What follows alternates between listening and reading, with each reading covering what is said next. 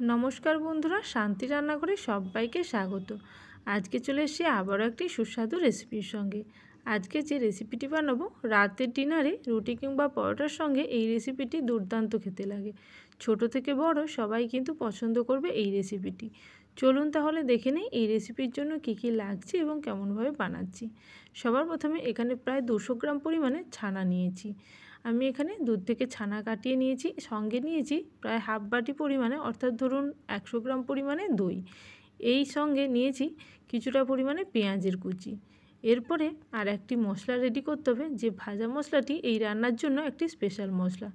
যেমন এখানে ভাজা মশলার জন্য নিয়ে নিয়েছি 1 টেবিল স্পুন পরিমাণে জিরে, 1 টেবিল স্পুন পরিমাণে গোটা ধনে এবং সঙ্গে নিয়ে নেব 1 টেবিল স্পুন পরিমাণে মৌরি। এবার সমস্ত কিছুকে শুকনো কড়ায় হালকা করে ভেজে নেব, খুব বেশি ভাজবো না। হালকা করে ভেজে নিয়ে এটাকে শিলনোড়ায় গুঁড়ো করে নিতে পারেন বা চাইলে হামাদিস্তায় গুঁড়ো করতে পারেন।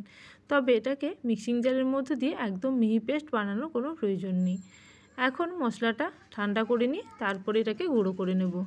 এদিকে মশলাটা ঠান্ডা করে নিয়ে মশলাটাকে গুঁড়িয়ে নিতে হবে। আর এর মধ্যে আমি একটা কড়াই বসিয়ে দিয়ে রান্নাটা চাপিয়ে দিয়েছি। এই রান্নার জন্য গোটা গরম মশলা প্রথমে তেলের মধ্যে ফোড়ন দিতে হবে। এখানে আমি সাদা তেল ব্যবহার করছি। অবশ্যই সাদা তেলে রান্না করলেও এই রেসিপিটি ভালো লাগে, চাইলে সর্ষে তেলেও করতে পারেন। এরপরে বেশ কিছুটা পরিমাণে দিয়ে দিচ্ছি হিং। এখানে খুব বেশি হিং দিলাম না, ওই ধরুন হাফ টিস্পুন পরিমাণে হিং দিয়েছি। এবার হিংটাকে খুব ভালো করে একটু ভেজে নিতে হবে। এরপরে এর মধ্যে দিয়ে দেবো পেঁয়াজের কুচি। এখানে পেঁয়াজটা আমি প্রায় মাঝারি সাইজের দুটো পেঁয়াজ কুচি করে রেখেছিলাম। এটাকে এবার ভেজে নেব। পেঁয়াজটা কিছুটা ভাজা হয়ে গেলে এখানে দিয়ে দেবো আদা পেস্ট। পেঁয়াজটাকে এই মুহূর্তে লালচে করে ভাজবো না, পেঁয়াজটা জাস্ট একটু নরম হলে এর মধ্যে আদা পেস্ট ইউজ করব। তাই এখানে আমি পেঁয়াজটাকে ভাজার জন্য এবং অল্প নরম করার জন্য কিছুটা পরিমাণে লবণ অ্যাড করব। লবণের পরিমাপটা এখানে আপনারা নিজেদের স্বাদ অনুযায়ী দিতে পারেন।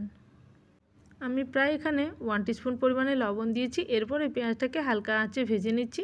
পেঁয়াজটা যখন হালকা নরম হয়ে আসবে এর মধ্যে দিয়ে দিচ্ছি আদার পেস্ট। এখানে প্রায় 1 টিস্পুন পরিমাণে আদা পেস্ট দিয়ে দিলাম। এবার খুব ভালো করে এই মশলাটাকে কষিয়ে নেব। এখানে চাইলে আপনারা রসুনও দিতে পারেন, তবে আমি শুধু এখানে আদাটা ইউজ করছি। শুধু আদা দিলেও টেস্ট ভালো হয়, যেহেতু এখানে হিং দেওয়া আছে। আপনারা চাইলে এই পেঁয়াজের বদলে পেঁয়াজ ছাড়াও কিন্তু এই রান্নাটা করতে পারেন। এবার আমি পেঁয়াজটাকে কষিয়ে নিয়েছি কিছুটা। এরপর মশলাটাকে রেডি করে নেব। এদিকে পেঁয়াজটা হালকা আছে, আরও একটু ভাজা হবে। মশলার মধ্যে এখানে আমি নিয়ে নিয়েছি প্রায় হাফ বাটি পরিমাণে দই।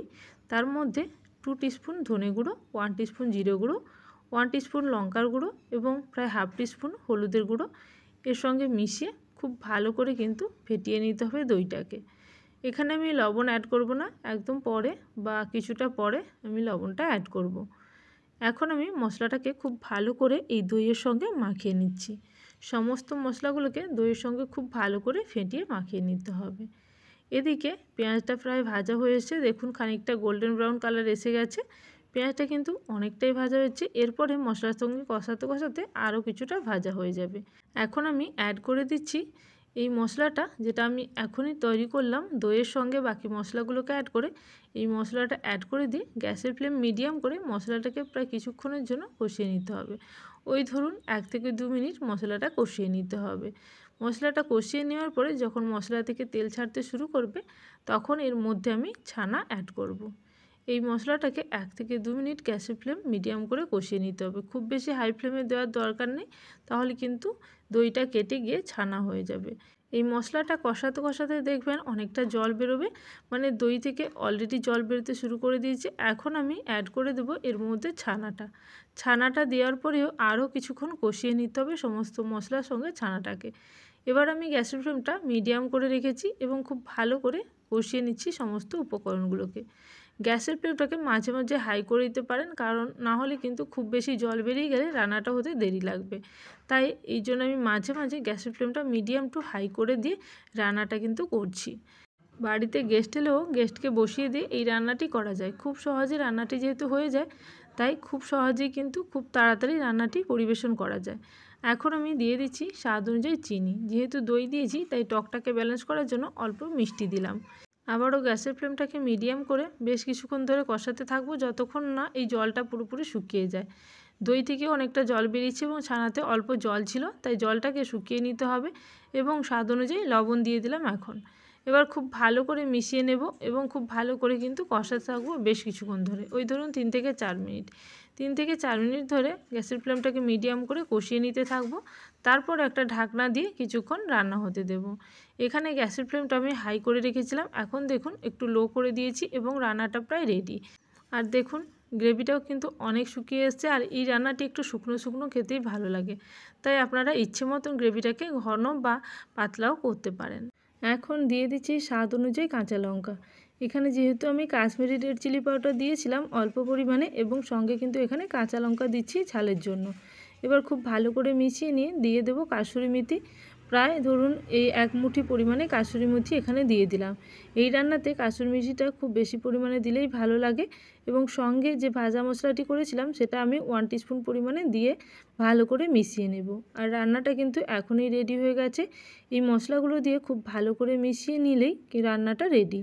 তাহলে এই রেসিপিটি এতটা সহজে আপনারা কিন্তু রাতের ডিনারে রুটি কিংবা পরোটার সঙ্গে বা লুচির সঙ্গেও কিন্তু সার্ভ করতে পারেন।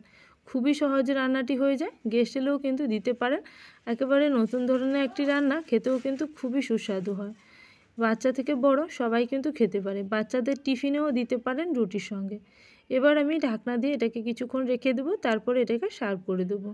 তাহলে বন্ধুরা, রেসিপিটি ভালো লেগে থাকলে অবশ্যই কমেন্ট সেকশানে জানাবেন। আর যারা এখনও পর্যন্ত চ্যানেলটিকে সাবস্ক্রাইব করেননি, অবশ্যই চ্যানেলটিকে সাবস্ক্রাইব করে নিয়ে পাশে থাকা বেল নোটিফিকেশানে ক্লিক করে রাখবেন, যাতে আমার চ্যানেলে কোনো নতুন রেসিপি আসার সঙ্গে সঙ্গে আপনাদের কাছে সবার আগে নোটিফিকেশান পৌঁছে যায়। তাহলে আজকের জন্য এই পর্যন্ত, আবারও চলে আসবো নতুন কোনো রেসিপির সঙ্গে। ততক্ষণের জন্য ভালো থাকবেন, সুস্থ থাকবেন। Thank you for watching my video.